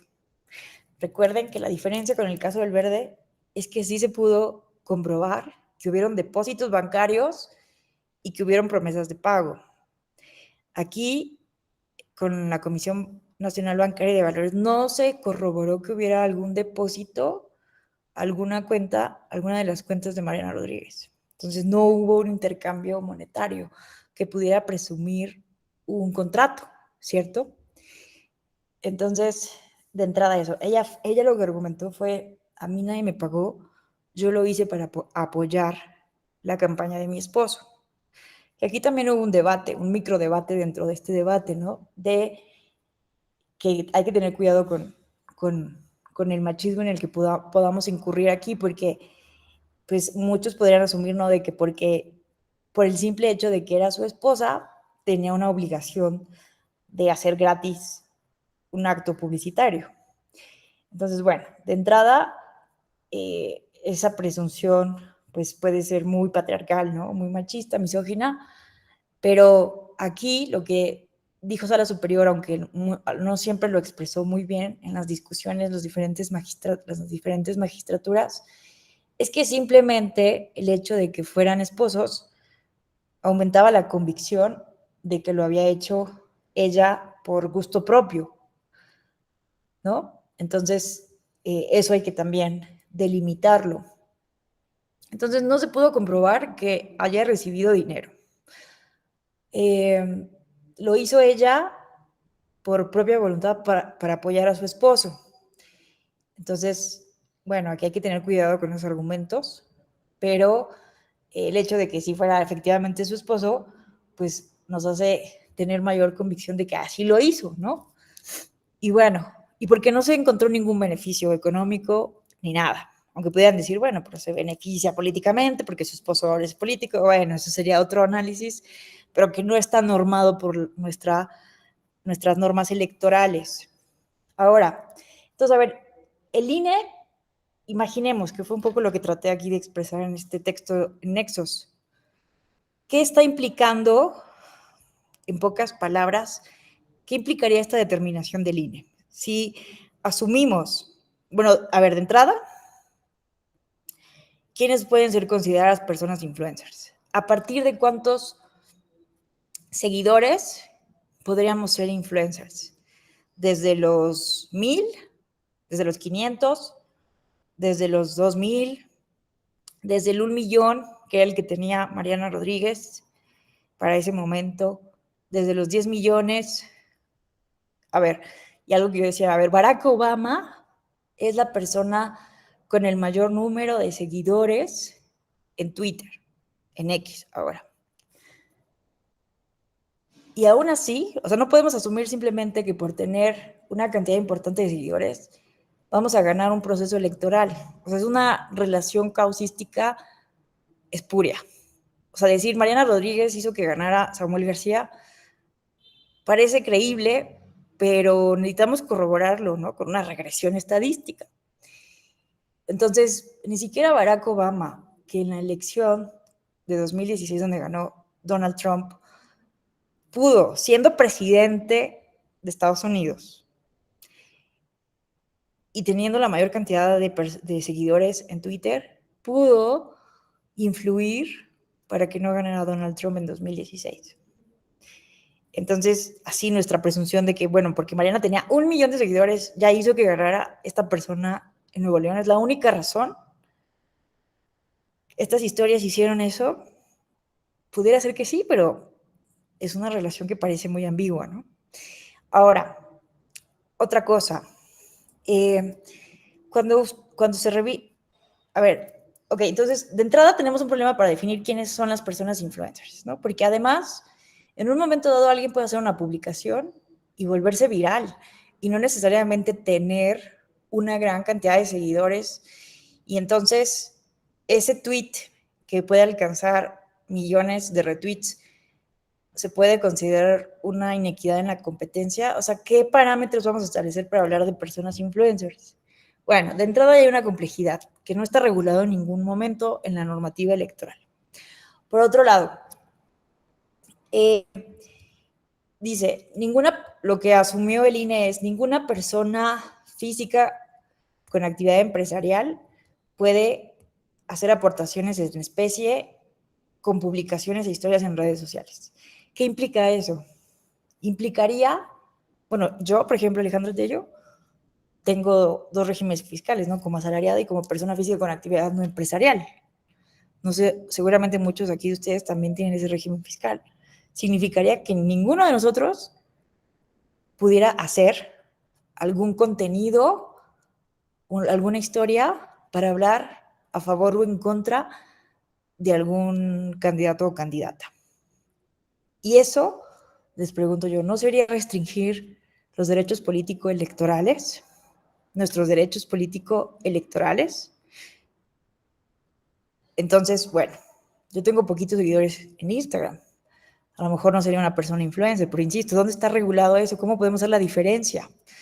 El INE tiene capacidad para monitorear a eso. Ahora vean, me metí a ver el padrón de contribuyentes del SAT y encontré que justamente, vean esto, había 3.741.788 personas físicas con actividad empresarial y servicios profesionales. O sea, realmente el INE tiene la capacidad de poder monitorear a estos casi 4 millones de ciudadanas y ciudadanos mexicanos que pudieran estar haciendo aportaciones en especie a los partidos políticos en ejercicio de su libertad de expresión. No, realmente es un absurdo, es un absurdo. Entonces, bueno, yo aquí honestamente sí coincido con lo que al final resolvió Sala Superior, porque efectivamente, si esto no está regulado como lo establecen los estándares internacionales de derechos humanos, estamos restringiendo ilegítimamente la libertad de expresión, ¿no? Porque no está regulado esto de manera previa por una norma. La interpretación de las aportaciones en especie fue una interpretación hecha por el INE, que una publicación en una red social era una aportación en especie. Entonces, híjole, entonces al final, pues fue también muy controvertido. Mucha gente se enojó con la resolución del tribunal que tiró al INE, pero, insisto, vean qué peligroso sí es un criterio que se establezca en un momento dado por las autoridades electorales, que además de que pueden rebasar las propias facultades, la capacidad de las propias autoridades electorales, pues también puede volverse una restricción injustificada a la libertad de expresión. Bueno, no sé ustedes qué opinan. ¿Alguien quisiera comentar algo? Vamos a ver. Levantaron la mano primero. José Andrés Flores. ¿Qué tal? Te escuchamos. ¿Qué tal? Buenas tardes, un gusto. Disculpe, maestra Alejandra, tengo más que un comentario, una duda. Yo he participado en diferentes procesos electorales y respecto al tema de la actividad empresarial, nunca había habido un problema con las aportaciones en especie, sino más bien cuando el empresario o la persona con actividad empresarial dona algo con base al giro de su empresa. Por poner el ejemplo, si el empresario es de una purificadora de agua, tiene más bien que ver si donar algo respecto al giro de 1000 botellas de agua purificadas, pero sí podría tal vez donar un paquete de hojas de papel para impresiones o algo parecido. Yo tenía entendido claro. esto, Sí, pero... no tienes toda la razón. Además, ¿no? O sea, además, sí, tienes toda la razón. Qué bueno que haces esta precisión. Entonces, bueno, en este caso sí podría aplicar, ¿no? Porque era el giro de su empresa, ¿no? De la marca Mariana Rodríguez. Pero sí, qué bueno que lo aclaras, ¿no? Porque no significa que no podamos hacer ninguna aportación, ¿no? Sino que justamente es sobre el giro de nuestra empresa para evitar justamente pues lo que establece la ley, la normativa, ¿no? Que sea que para una persona moral contribuya de esa manera a los procesos electorales, pero desde el punto de vista como ciudadano, efectivamente, ¿no? Puedo donar un paquete de hojas, a lo mejor unas plumas, otras cosas, efectivamente, ¿no? Desde mi calidad como ciudadano. Muchas gracias, José Andrés, por hacer esta aclaración tan pertinente. ¿Alguien más? Joel Estrada, ¿qué tal? Te escuchamos. Gracias, maestra. Buenas tardes. Ahora que hablaba del caso Mariana de Nuevo León, me surge aquí una duda, porque usted hablaba, bueno, estuvo hablando en promedio que tenía 1 millón de seguidores y que no era un dato determinante para que se pudiera establecer si había habido una influencia importante, significativa o no. Aquí la pregunta es que por una publicación que la influencer comparte con ese 1 millón de seguidores, el problema no termina ahí porque hasta donde entiendo, las redes sociales pueden ser exponenciales. Y entonces eso significa que, por ejemplo, uno de sus seguidores la compartió con no sé cuántos más. Entonces, para mí ahí radica un buen problema para determinar qué tanta influencia tuvo ¿cómo se llama? Perdón, ¿qué tanta influencia tuvo en el triunfo de su esposo? Sí, y sobre todo, pues le hacía, y le voy a hacer la misma pregunta que se le hice a otro de los profesores, es ¿hasta qué punto podría rebasar los topes de gastos de campaña a través de redes sociales?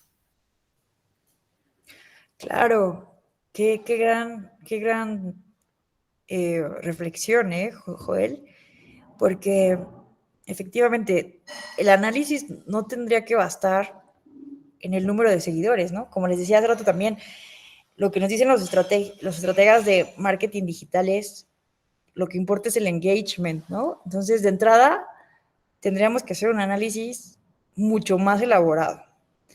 Y que además tienes mucha razón en lo que dices. Tendríamos que medir cuál fue el impacto de esa publicación, ¿no? ¿Cuántos lo publicaron, lo retuitaron, lo comentaron?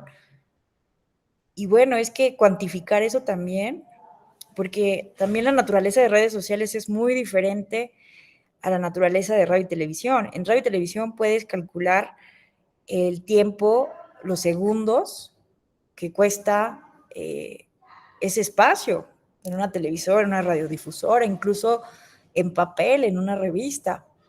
Cuesta una cosa específica, pero en redes sociales, salvo que pagues, ¿no? Que esto me parece que se prohibió, ¿se acuerdan? En Twitter, que no podías pagar para diseminar propaganda política. Bueno, no, estoy equivocada, confundida aquí, porque lo que no se podía era diseminar información falsa. Bueno, es que Twitter creo que sí prohibió poder pagar para justamente diseminar propaganda electoral, pero Facebook no. Ahí fue la diferencia. Pero entonces es más difícil porque tú le puedes pagar a alguien para que te haga esta estrategia.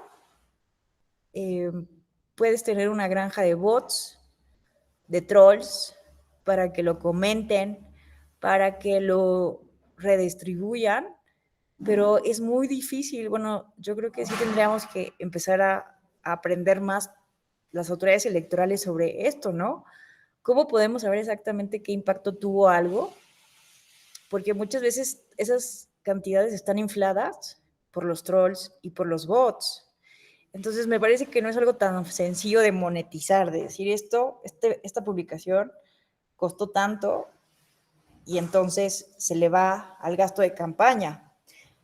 Entonces, híjole, sí está muy difícil, está muy complicado. Ya ven que también hubo un problema con Chihuahua y si los gastos de Facebook podían o no rebasar el tope de gastos de campaña, que al final se dijo que no, pero pues al final del día los partidos deben justamente de reportar todo lo que gasten, ¿no? Cuánto gastan en este tipo de propaganda, en contratar personas, pero al final pues no todo lo reportan, ¿cierto? Está, como en este caso que se presumía de Mariana Rodríguez. Entonces, pues híjole, yo creo que sí, es un gran reto, ¿no? Es un gran reto, ya lo estamos viendo, porque ya no es una red social, además son muchas, ¿no? Son muchas las plataformas que utilizan los partidos políticos. Entonces, yo insisto, ¿no? Insisto que las personas legisladoras no se han sentado a pensar a fondo sobre esto. Pero bueno, gracias, Joel, para poner aquí la magnitud de la dificultad ante la que estamos.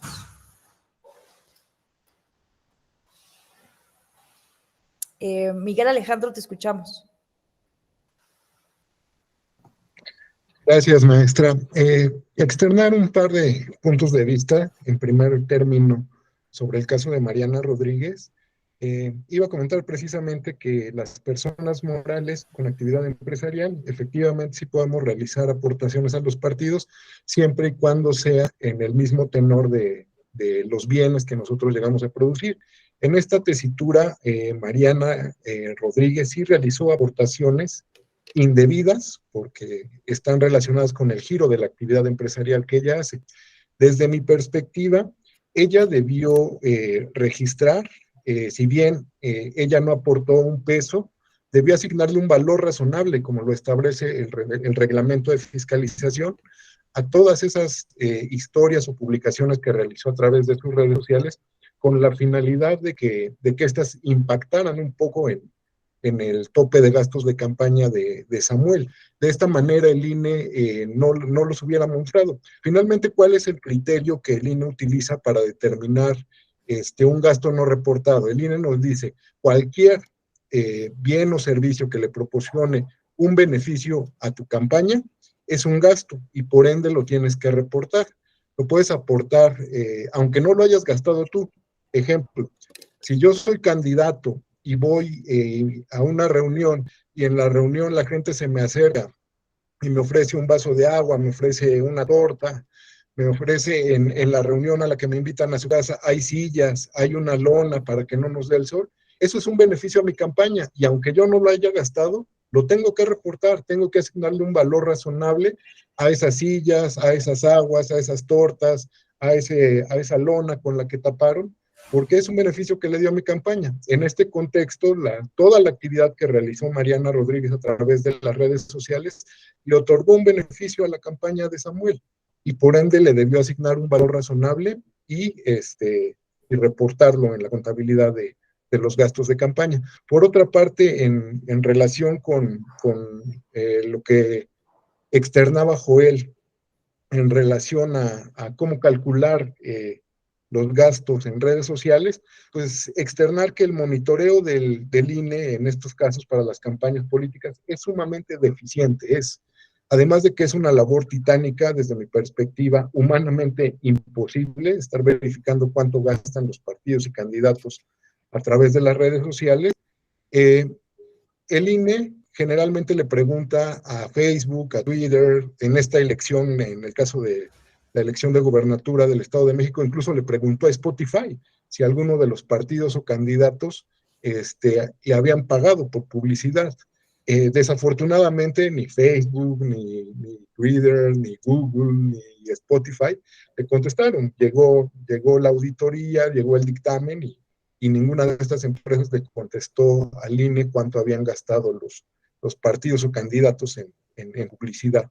Hasta 2018, 2019, si no me equivoco, por lo menos Facebook tenía una página en la que externaba, tú ponías el nombre de la fanpage y te decía cuánto había gastado en publicidad en el último año, en la última semana. Para la elección del 2021 la traté de buscar, pero ya no la encontré. Parece que ya está desactivada esa opción. Es cuanto, maestra Tello. Gracias. Muchas gracias. Sí, gracias por hacer estos comentarios que aportan mucho a la reflexión. Bueno, yo en lo particular no coincido con esa apreciación de que sí se debió de haber incorporado, porque era el giro de Mariana Rodríguez, no lo sé. O sea, el giro de ella, pues sí es ser influencer y de cobrar por justamente promocionar productos, pero no lo sé, o sea, me parece que si no está regulado como tal las redes sociales y considerar, ¿no? Como tal una historia, como una aportación en especie, me parece ya una sobreinterpretación del reglamento de fiscalización, porque en ningún lado se establece así tal cual. Te escuchamos, Miguel. A este caso recuerdo también en una elección que Paquita, la del barrio, me parece que era candidata, no me acuerdo si a diputado o alcaldesa, y en ese mismo momento era la imagen de las galletas Emperador, traía un comercial con galletas Emperador y había espectaculares de Paquita, la del barrio, con las galletas Emperador. Y al ser candidata tuvieron que bajar esos espectaculares para que no le aportara un beneficio indebido a su campaña. Si bien no fue a través de redes sociales, fue a través de otros de medios impresos, pues prácticamente es el mismo caso con Mariana Rodríguez. Para no incurrir en una falta, tuvo que hacer eso, ¿no? Sí, entiendo la analogía, pero me parece que no es comparable, te voy a decir por qué. Porque ahí sí puedes calcular el costo real de un espectacular o de un comercial, pero en las redes sociales es pura especulación, porque, insisto, cualquier persona podemos hacer una historia en favor o en contra de un partido político, ¿no? Entonces, bueno, la consideración que ustedes hacen sí tiene mucho peso, ¿no? Que sea el giro específico. Pero hoy, ¿cuántas personas no se dedican ya en redes sociales a eso? A monetizar sus publicaciones. Entonces, bueno, les voy a compartir. Bueno, no se trata aquí de convencerles de un criterio o de otro. Está complicado, ciertamente. Yo insisto que que para determinar qué es una influencer, determinar que ese giro específicamente no puede aportar a los partidos políticos sin que esté regulado, a mí me parece una violación a los derechos políticos, a la libertad de expresión, y más porque redes sociales tienen una lógica completamente diferente. Pero no se trata de eso, de convencerles o no, cada quien aquí tiene su propia opinión, entonces eso es muy importante remarcarlo. Son reflexiones muy interesantes las que ponen aquí sobre la mesa. Pero bueno, yo les voy a compartir más bien cuáles son las recomendaciones, por ejemplo, de Andrew Pudefat, a partir de que hace un estudio de lo que está sucediendo en otras partes en perspectiva comparada, cómo regulamos las redes sociales en torno a los procesos electorales. Bueno, antes déjenme escuchar, darle el uso de la voz a Luis Fernando. Te escuchamos, Luis Fernando. Bueno, contestando al compañero Miguel Alejandro, sí fue por una diputación en Misantla, en Veracruz, donde ella nació. Inclusive habían espectaculares que decían, vamos a sacar a esas ratas de dos patas en sus spots de Movimiento Ciudadano. En serio, en serio, en serio. Si tienen la oportunidad, busquen Paquita la del Barrio Movimiento Ciudadano en imágenes y van a ver que sí, efectivamente vienen esas propagandas. Los vi ahorita y apenas me río y digo, ¿cómo puedes hacer eso? Pues Es que sí, sí fue la promoción es de un Paquita. episodio interesante, ¿no? De la ¿Cómo se política. llama? Exacto. ¿Y cómo se llama ese autor que nos mencionó ahorita? Andrew Pudefat. Ahorita se los pongo aquí. La publicación es un cuaderno de la UNESCO. Miren, es que, híjole, bueno, creo que, bueno, es que esas dos interpretaciones pueden llegar a ser válidas, ¿no? Tanto la interpretación del INE como la del Tribunal Electoral. Al final es opinable, ¿no? Ya no nos va a dar tiempo de ver el caso Tlaquepaque, pero lo que les quiero mostrar antes de irnos son las propuestas puntuales, ¿no? Este texto, déjense los paso aquí en el chat. Andrew, ¿qué nos recomienda? O sea, yo de verdad lo que veo es, insisto, ¿no? Con ese padrón de contribuyentes del SAT, de personas físicas con actividad empresarial. O sea, no podemos simplemente decirle, tú, Mariana Rodríguez, no lo pudiste hacer, pero le vamos a dar permiso a toda la población que lo haga, a todos los influencers que lo hagan, ¿no? O prohibirle a todas las personas influencers que no lo haga. Insisto, ¿cuál es el concepto de una persona influencer? Ya de entrada podemos decir que una persona influencer tiene un giro empresarial específico y que por eso ya no puede hablar a favor o en contra de un partido político. ¿No es eso también restringir la libertad de expresión de manera excesiva, de manera injustificada? Bueno, ya cerraré eso porque no quiero convencerlo, sino más bien simplemente compartir mis objeciones a los intentos de fiscalización de estas aportaciones de Mariana Rodríguez. A ver, pero lo que les quiero mostrar es más bien cuáles son las recomendaciones, las buenas prácticas internacionales sobre las redes sociales y que a mí me parece que urge tanto que el INE lo ha hecho, o sea, sí, desde el 2015 empezaron a dialogar mucho con Twitter, con Facebook, con Google, pero tiene muchísima razón en esto Miguel. Muchas veces las redes sociales se hacen pato, perdónenme la expresión coloquial, ¿no? Pero se les pide información, por ejemplo, Twitter, X ahora, no se le ordenó a través de medidas cautelares que retiraran los tweets violentos en contra de la senadora Citlali Hernández y no ha hecho caso ni Twitter ni Ricardo Salinas Pliego. Entonces, aquí es algo bien delicado porque se pueden tardar muchísimos días. Sí, ay, perdón, es que estoy buscando aquí el texto. Espera. Es que este texto está muy bueno porque nos habla justo el cuaderno de divulgación, se llama Redes Sociales y Elecciones. Espérenme tantito. Déjenme ver si aquí ya se abre. Bueno, me indican si sí les abre el texto. Ahí les va. Ahí está. Y miren, ¿cuáles son las propuestas al final? Lo que él dice es que tenemos que entender que las redes sociales son muy diferentes a la radio, a la televisión, a los medios tradicionales. Tienen una lógica muy diferente, ¿no? Es una comunicación que se democratiza multidireccionalmente.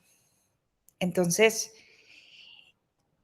aquí la propuesta es, por ejemplo, más que volvernos las autoridades censoras de los actores políticos, es decir, estar vigilando quién está violando la normativa en un monitoreo en redes sociales, lo cual es imposible de hacer, como bien lo dijo Miguel Alejandro. Por eso el INE efectivamente no tiene la capacidad para monitorear a todos los ciudadanos con una actividad empresarial. Efectivamente, es muy complicado y que además no hay cooperación clara con las empresas de redes sociales, o se tardan lo que quieran, a pesar de los convenios, a pesar, bueno, porque además se escudan en los principios de Manila, la libertad de expresión, pero también de que su legislación, por estar en otro país, no es la legislación de México. Entonces, bueno, hay muchísimos problemas al respecto, pero ¿qué nos recomienda este autor? Bueno, en vez de que las autoridades electorales estén promoviendo actos de molestia en contra de la ciudadanía y la libertad de expresión, los actos de molestia deben ir hacia las redes sociales, hacerlas responsables, como Alemania lo hizo. Alemania sacó una ley muy controversial en donde multa justamente a Google, a Yahoo, a las redes sociales que no bajan el contenido de manera inmediata. Ha sido una ley muy controversial porque pues, Alemania, obviamente por sus antecedentes, cuida muchísimo que no se propague el discurso de odio, el racismo, y además ahorita los países europeos están sufriendo una crisis de migración. Bueno, todo el mundo estamos sufriendo una crisis de migración. Entonces ahorita hay mucho discurso de odio hacia las personas migrantes. Entonces, esta ley ha sido muy controversial porque muchos dicen, ay, mi libertad de expresión, no sé qué, pero justamente se sanciona a las compañías que no retiran. Entonces, ese es el cambio de enfoque que propone Andrew Pudefat. A ver, no estemos atacando a los particulares, más bien pongamos los dientes en las empresas y hacer que sean transparentes. Entonces, bueno, la recomendación 1 es que las empresas deban informar sobre el proceso de eliminación de contenidos ilegales y las garantías procesales necesarias para garantizar que las decisiones sean tomadas de manera respetuosa de los derechos humanos, porque también ya tienen comités, ¿no? Justamente Meta ya tiene un comité de personas expertas para pues sí, ¿cómo se dice esto? Como calificar los contenidos. Entonces deben de ser muy transparentes en qué criterios se toman en cuenta.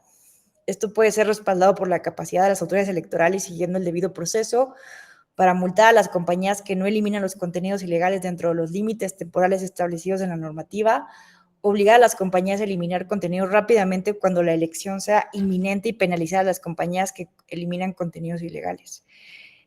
Que las empresas deban mostrar de qué manera manejan la publicidad política en sus sitios, por ejemplo, la inclusión de una marca en toda publicidad política digital que explicite los nombres de los responsables de las campañas, es decir, si a una persona se le paga para hablar a favor de un partido político, se debe de transparentar. Pongamos un spot de un político, de una política, tiene que ser ahí. Esto es una campaña hecha por tal estudio o por tal persona. O sea, debe ser completamente transparente. Obviamente esto suena muy ingenuo. Estoy recordando un corrido, no sé si lo vieron, un corrido que le hicieron a Sandra Cuevas y ay, muchas gracias, como lo han hecho muchas otras personas, ¿no? Dice, muchas gracias a los jóvenes que me mandaron esto de regalo, o sea, ¿no? Entonces, ¿qué está diciendo aquí Andrew Pudefat? A ver, no, necesitamos, o sea, se tiene que ser muy transparente, explicitar cuando se está pagando cualquier spot o mensaje o video. Las empresas deben prohibir la publicidad anónima durante los procesos electorales. Nada de que una cuenta de una persona anónima, sin un nombre, sin un correo electrónico claro, pueda justamente pagar para diseminar propaganda electoral. ¿Qué más? Bueno, esto ya lo ha hecho WhatsApp, limitar las veces en que puede ser reenviado un mensaje. Pero esto, ¿no? Justamente la velocidad en que, lo que decía también nuestro compañero hace un momento, ¿no? ¿Quién fue Joel, no? Joel dice, es que no solamente es la publicación y que la vean los posibles 1 millón de seguidores. El problema también está en la velocidad en que se comparte la información y que no sabemos el alcance. Entonces, por ejemplo, ¿no? Medidas parecidas a las que emprendió WhatsApp de limitar a 15 la cantidad de usuarios a las que se le puede reenviar un mensaje. Entonces, las autoridades electorales deben decidir previa consulta a las empresas si impondrán o no una limitación semejante sobre todas las empresas de redes sociales durante las campañas electorales. O sea, creo que el INE, los OPLES tienen que tener lineamientos muy claros, trabajando de la mano con las compañías de redes sociales. Las empresas deben rechazar la publicidad de paga con fondos provenientes del exterior durante las campañas electorales. Yo no sé si esto aplica o no en México. No lo he visto, ciertamente. Las empresas deben establecer un procedimiento acelerado de atención de reclamación que permita que los ciudadanos puedan denunciar las actividades en línea durante el periodo de desarrollo de la campaña. Que esto ya lo vemos, ¿no? Hoy en día cualquiera de nosotros podemos denunciar un discurso que viole los límites a la libertad de expresión. Entonces Twitter, bueno, X, siempre me equivoco, Facebook, todos tienen un procedimiento para denunciar, incluso TikTok, ¿no? Y que vaya en contra de sus propias políticas. Durante el periodo de campaña electoral, las empresas deben informar semanalmente sobre las medidas que tomen para reducir la difusión de desinformación, información errónea, que las empresas deban informar sobre las medidas que tomen para impedir la creación de identidades falsas y sobre los casos que hubieran detectado durante la campaña electoral, que yo sí recuerdo bien que en 2018 y en 2021 Twitter eliminó muchísimas cuentas que eran falsas, de bots, ¿no? Y trolls y todo esto. Que las empresas apliquen medidas razonables en términos comerciales para implementar sus políticas y procesos. No deberán aceptar pagos ni promocionar cuentas o páginas web que publiquen información falsa sobre sí mismos de manera sistemática. Que las empresas muestren transparencia acerca del uso de sus plataformas durante las elecciones, si surgen denuncias en su contra. Bueno, esas son las recomendaciones, pero les recomiendo mucho que hagan la lectura completa de este texto, porque yo insisto, tenemos una comunicación que es muy punitivista y que limita mucho a la ciudadanía, a los actores políticos. No puedes decir esto, no lo digas, no lo hagas, ¿no? Cuando ya tal vez estemos rebasados en el mundo en el que vivimos, con una hiperconectividad y con una gran cantidad de portales y de mensajes que se pueden difuminar y que se pueden hacer desde el anonimato. Entonces, no se trata de estar como en un círculo vicioso de perseguir, del círculo vicioso del gato y el ratón, porque me parece que nunca vamos a poder abarcar la totalidad de espacios en que se puede hacer promoción en redes sociales. Entonces, más bien, tener reglas muy puntuales con las compañías, porque ellos son los que están regulando ahora el discurso público. En fin. Claro, les comparto la presentación, pero bueno, ya se nos acabó el tiempo. ¿Alguien quisiera hacer un comentario final, cuestionamiento, reflexión, pregunta? ¿No? Pues bueno, en fin, vamos a seguir como en un momento complejo. Compartió, pero el enlace de la llamada. Ay, sí, cierto. Perdóname. Gracias por avisarme. Ahí va. Listo. Avísenme si no se abre. Bueno, pues si no hay más intervenciones, preguntas, cuestionamientos, les agradezco enormemente su atención. Gracias por este módulo más de este diplomado. Les deseo que tengan un excelente fin de semana. Gracias y hasta la próxima. Muchas gracias, profesora. Igualmente, Excelente Ale. fin de semana. Buenas noches para todos. Maestra Tello. Saludos, Feliz fin de Violeta. semana.